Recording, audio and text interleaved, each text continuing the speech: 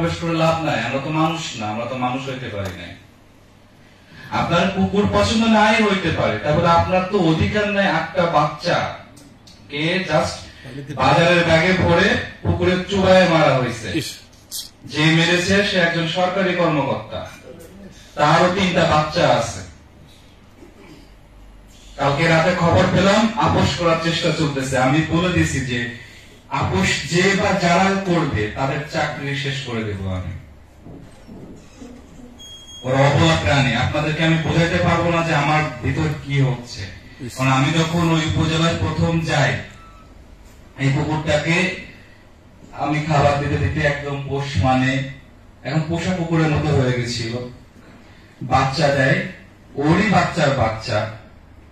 তো কালকে যখন ভিডিওতে আমার সুস্থ কেউ থাকে, আমার মনে হয় তার হৃদয়ে আপনারা দেখবেন যে মিডিয়াতে একটা তোলপাড় হয়েছে সারা দেশে। এটা মানে আমি আলোচনা সবাই এই জন্য একটু আনঅফিসিয়ালি শুরু করলাম যে আমাদের তো আগে মানুষ হইতে হবে। মহান সৃষ্টিকর্তা প্রত্যেকটা, এই যে একটা পিঁপড়া, একটা তেলাপোকারও কিন্তু ভূমিকা আছে এই পৃথিবীতে, তা নাহলে তো মহান সৃষ্টিকর্তা তাদেরকে সৃষ্টি করতেন না। তো